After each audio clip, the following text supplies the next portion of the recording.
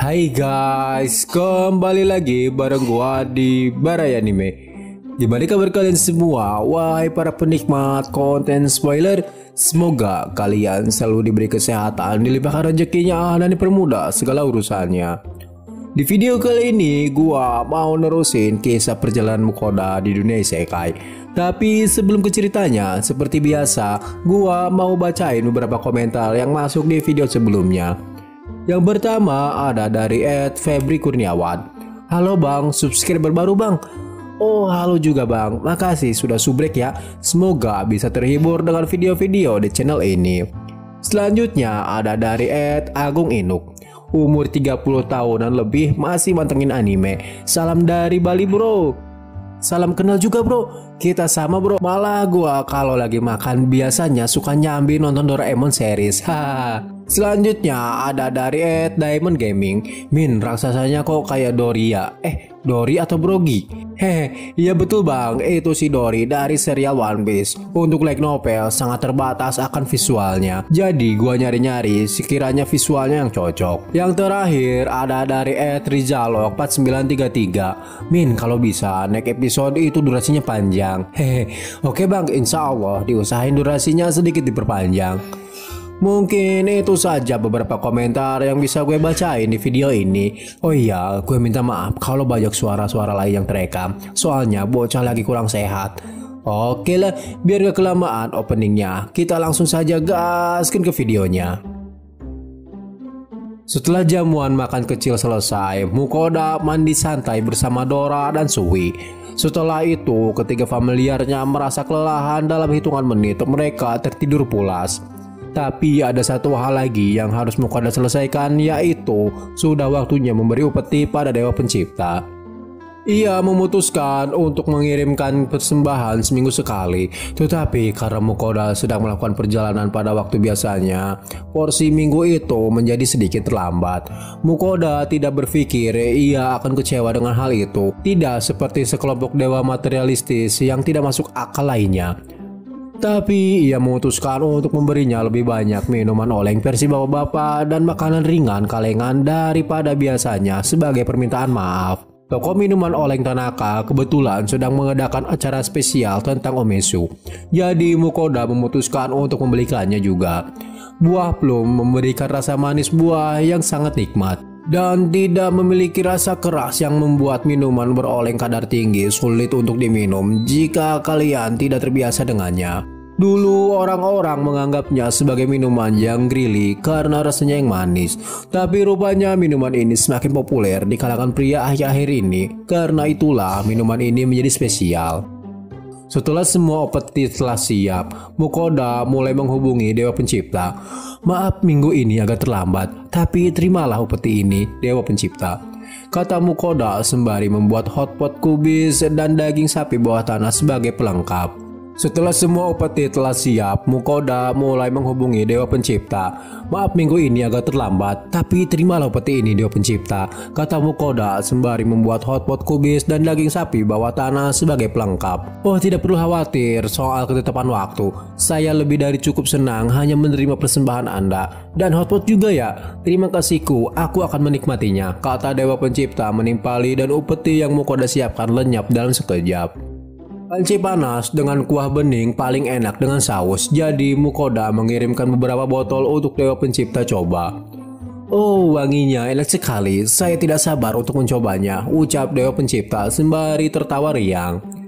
Kemudian Mukoda menceritakan perjalanannya tempo lalu. Ia akhirnya memeriksa gunung yang Dewa Pencipta ceritakan kepadanya. Di sana Mukoda menemukan banyak harta karun Raja Bandit dan juga menemukan sebuah buku catatan dari seseorang bernama Kazuki yang berasal dari kampung halaman yang sama seperti Mukoda. Tidak hanya itu, Mukoda juga mendapatkan batu teleportasi yang dibuat oleh Kazuki sendiri. Saya kira Anda mengirimkan saya ke sana karena Anda ingin saya menemukan batu itu, bukan? Mukoda merasa batu teleportasi itu akan menjadi ancaman bagi hidupnya jika Vel dan yang lainnya mengetahui kegunaannya. Bisa saja Mukoda diajak tawuran tiap hari oleh mereka. Ia ingin merahasiakan soal batu itu dari familiarnya. Namun mengingat Dewa Pencipta yang mengarahkannya agar batu itu ditemukan oleh Mukoda, Mukoda merasa ada sesuatu yang penting yang harus dilakukannya, semisal pergi ke benua Demon Fog. Namun Dewa Pencipta melakukan itu hanyalah sebatas ucapan terima kasihnya atas upeti yang selalu Mukoda berikan. Tidak ada misi khusus darinya. Mendengar itu membuat Mukoda sedikit lebih tenang. Singkat waktu di pagi hari, sebelum Mukoda berangkat ke kuil petualang untuk menjual jarahan dari harta Raja Bandit. Namun sebelum itu Mukoda mensortir dulu barang mana saja yang akan dijual dan dipergunakan. Ada satu barang yang cukup unik, yaitu sebuah benda dengan tulisan sihir. Jika berada di dalam area itu, maka suara tidak akan terdengar keluar, sekeras apapun kita mengeluarkan suara. Apa bagusnya benda ini, kata Vel. Namun menurut Mukoda, benda ini akan berguna jika ia ingin menyampaikan hal rahasia agar tidak terdengar oleh orang lain. Kemudian beberapa benda seperti lempengan ajaib yang bisa menembakkan bola api yang cukup besar dan benda yang bisa mengusir monster sama sekali tidak berguna bagi Mukoda. Lagi pula ia punya Pel, Dora, dan Sui di sisinya. Dan karena Mukoda juga bisa menggunakan sihir api, ia bisa membuat bola api sendiri tanpa benda sihir. Senjata yang mengusir monster hampir pasti tidak akan bekerja pada makhluk berperingkat tinggi manapun. Dan jadi sepertinya itu juga tidak akan berguna. Namun salah satunya tampak berguna, kendi air yang secara ajaib bisa terisi penuh, menghasilkan air segar dari udara tipis. Ia pikir Alban dan keluarganya akan menghargainya. Jadi Mukoda berencana memasangnya di rumah mereka. Sebelumnya Mukoda pernah mendengar bahwa Teresa biasanya memimpin memasak makanan semua orang, dan tim yang mampu memasak akan berkumpul di dapurnya untuk membantu. Sepertinya ini adalah tempat yang bagus untuk itu. Mengambil air dari sumur pastinya menyusahkan, jadi ini akan menghemat banyak pekerjaan mereka. Lalu ada benda berbentuk kotak yang berisi sihir es, pada dasarnya pembuat es. Mukoda merasa itu adalah penemuan yang bagus untuk sesaat. Tapi menurut penilaian Pel, itu hanya bisa menghasilkan sejumlah kecil es sekaligus, dan terlebih lagi butuh waktu lama untuk melakukannya. Jadi Mukoda memutuskan untuk menjualnya saja. Item lainnya yang mereka nilai berada dalam kisaran yang sama. Ada item yang bisa meniru mantra pemotong air misalnya, dan kompor ajaib. Namun kompor itu sama sekali tidak membuat Mukoda tertarik karena panas yang dikeluarkan tidak sepanas kompor gas. Apakah itu? Apakah tidak ada yang lebih baik dari ini, kata Vel. Mukoda menelan ludah. Sudah jelas bahwa ia belum mengeluarkan batu teleportasi. Sejak awal benda sihir itu tidak akan pernah dimunculkan sama sekali. Apakah Vel menyadari kalau benda itu hilang? Tidak, maaf, tidak ada lagi setelah ini, kata Mukoda dengan rasa penuh khawatir. Beberapa waktu berlalu, Mukoda bersama Vel pergi ke kuil petualang Karelina. Mukoda merasa sudah cukup lama sejak Vel dan dirinya mengunjungi kuil petualang Karelina. Dora dan Sui sama-sama masih tertidur lelap, jadi mereka akhirnya meninggalkan keduanya di rumah. "Oh, kamu akhirnya kembali," teriak ketua kuil Willem yang menemui Mukoda di dekat pintu. "Ya benar, senang bertemu Anda," Mukoda menimpali. Jadi bagaimana menurutmu?" Willem bertanya sambil membelai rambutnya yang bahkan lebih panjang dan lebat dibanding terakhir kali Mukoda melihatnya.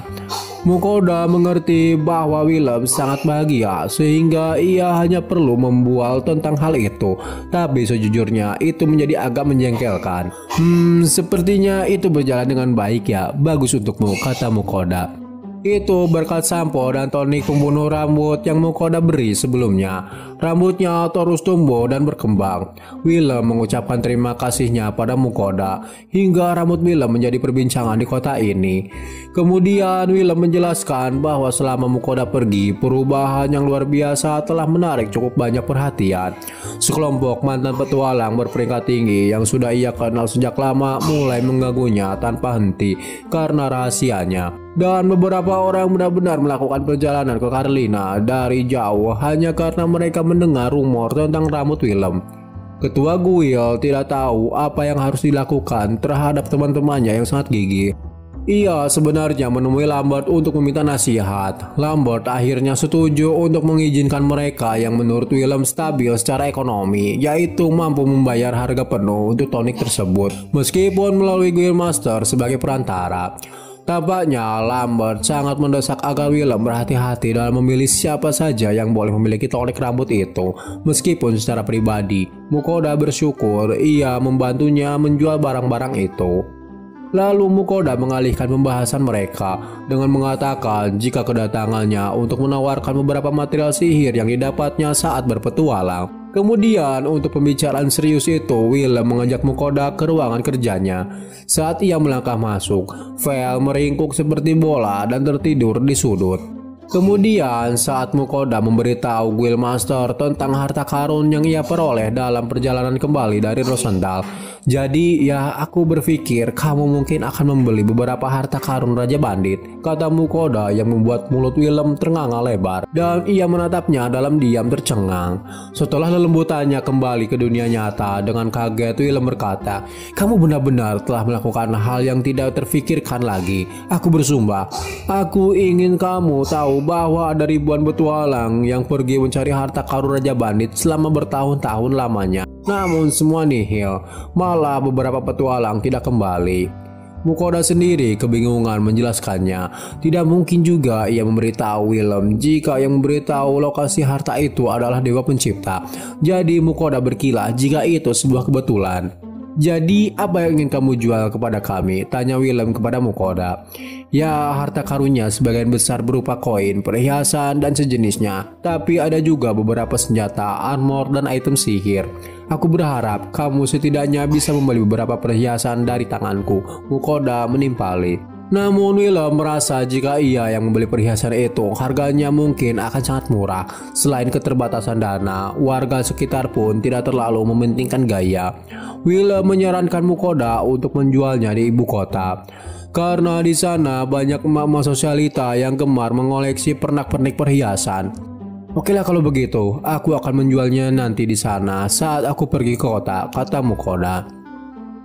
Kemudian Mukoda juga mempunyai satu permintaan lagi yang ingin ia tanyakan. Mukoda berniat untuk memberi hadiah dari salah satu harta karun Raja Bandit kepada Raja. Namun ia sedikit khawatir jika Raja tidak suka dengan hadiahnya. Namun menurut Willem, Raja akan sangat senang menerimanya, ditambah hadiah itu merupakan temuan dari harta karun legendaris. Dan juga Willem meminta Mukoda untuk segera melaporkan penemuan harta karun Raja Bandit itu ke pusat guild petualang yang ada di ibu kota, agar informasi itu secepatnya disebar luaskan. Dan hadiah yang akan Mukoda berikan untuk Raja adalah mutiara mitril yang dilapisi berlian dalam berbagai bentuk dan ukuran. Yang kedua juga terbuat dari bahan dasar mitril adalah liontin bertahtakan berlian dengan batu rubi besar di tengahnya. Yang terakhir ada cincin emas berukir indah dengan safir besar. Ketiga benda itu jelas merupakan perhiasan paling mewah yang ada di dunia ini. Singkatnya, mereka akan pergi menemui Raja sekitar 1 minggu lagi. Setelah urusannya di guild petualang telah selesai, Vel dan Mukoda berangkat ke tujuan berikutnya, yaitu toko Lambert. Di sana Mukoda langsung disambut Mary dengan penuh sukacita. Karena berkat Mukoda, bisnisnya berkembang sangat pesat. Kemudian Mary berkata, semua karena kamu, wanita Carolina tidak bisa lagi hidup tanpa shampoo dan sabun Anda.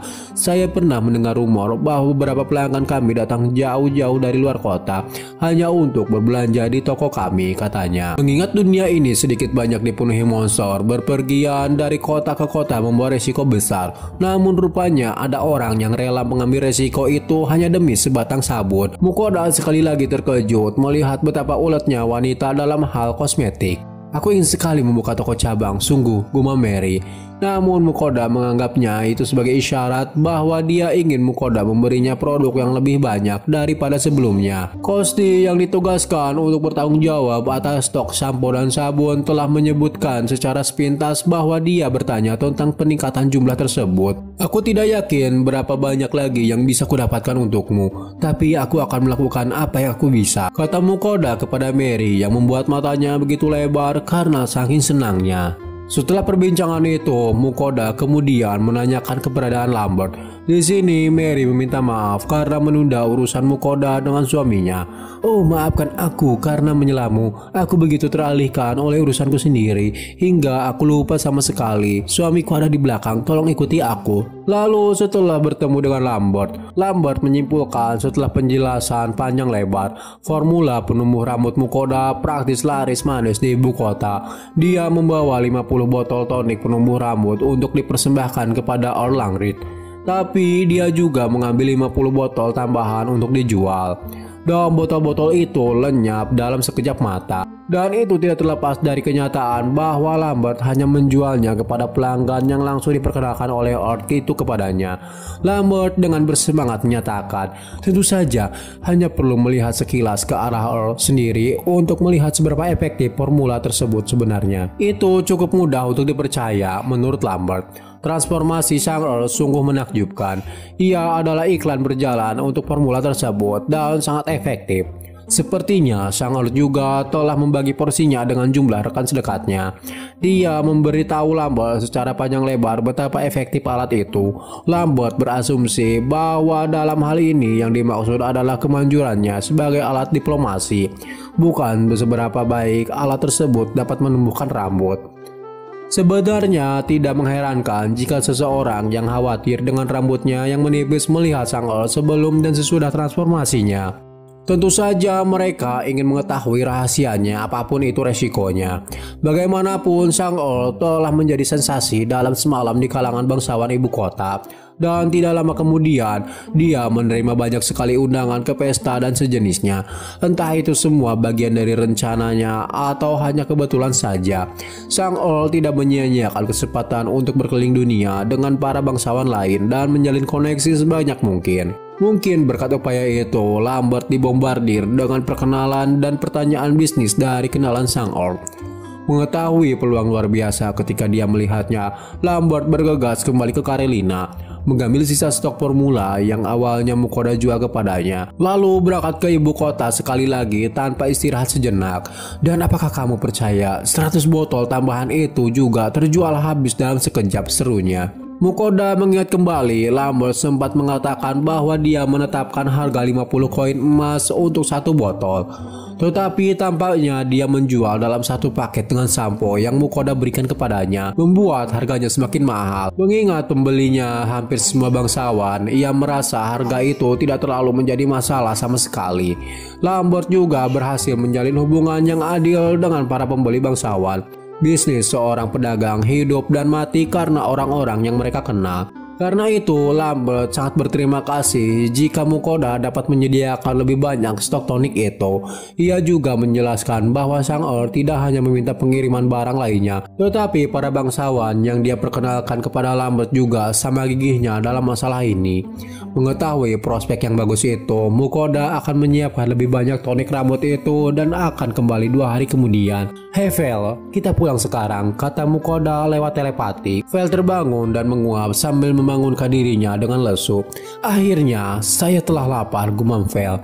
Saya tahu, kita akan kemakan seketika kita kembali. Dora dan Sui mungkin sudah bangun dan menunggu kita sekarang," Mukoda menimpali. Vel masih terlihat setengah tertidur, tapi dia berjalan dengan langkah yang mengesankan saat mereka pulang. Mukoda mampir ke beberapa toko kelontong dalam perjalanan mereka pulang dari tempat Lambert dan membeli botol sebanyak yang ia bisa untuk mengemas obat ajaib penumbuh rambut. Menghitung botol yang dibelinya saat ia membuat batch pertama, Mukoda memiliki sekitar 1000 stok pada akhirnya. "Saya pikir itu sudah cukup," gumamnya. Sesampainya di rumah, Mukoda langsung pergi ke rumah Tony dan Aban untuk meminta mereka membantu mengemas semua sampo dan barang-barang lainnya. Ia tahu mereka harus menghabiskan seluruh waktu mereka untuk bekerja jika ingin menyelesaikannya dalam 2 hari. Jadi Mukoda menawarkan untuk memasakkan mereka makanan sampai mereka selesai. Lambert telah memintanya untuk memberikan produk sebanyak mungkin. Jadi Mukoda juga meminta semua orang untuk bekerja lembur jika mereka bisa mengelolanya. Sebagai imbalannya, Mukoda menawarkan untuk memberikan hadiah kepada semua orang.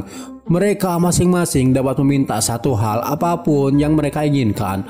Tony dan Alban pada awalnya menolak, mengklaim bahwa Mukoda sudah memberi mereka kehidupan di luar imajinasi terliar mereka dan tidak terfikirkan untuk meminta lebih.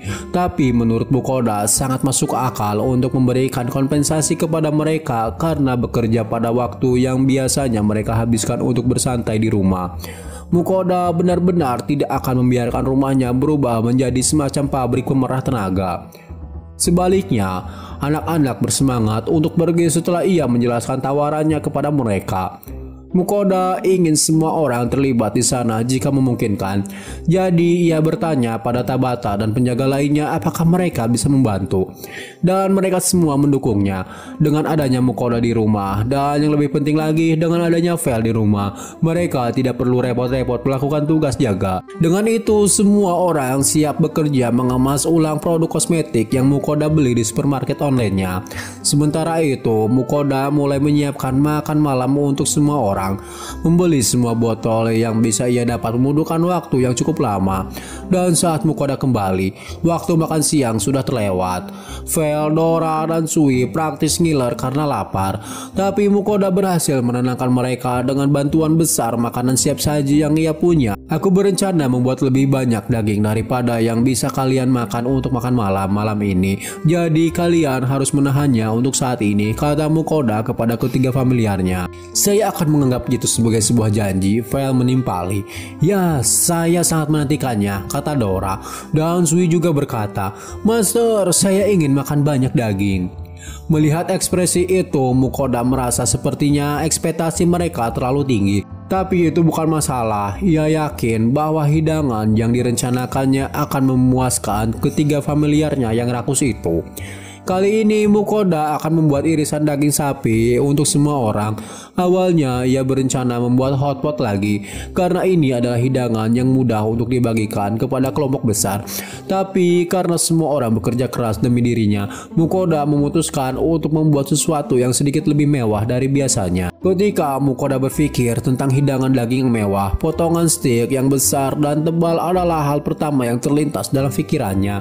Tapi itu sepertinya tidak menginspirasi, dan akhirnya Mukoda memilih daging sapi biasa. Dan untuk bahan lainnya, Mukoda membeli tepung, telur, dan panko untuk pembuatannya.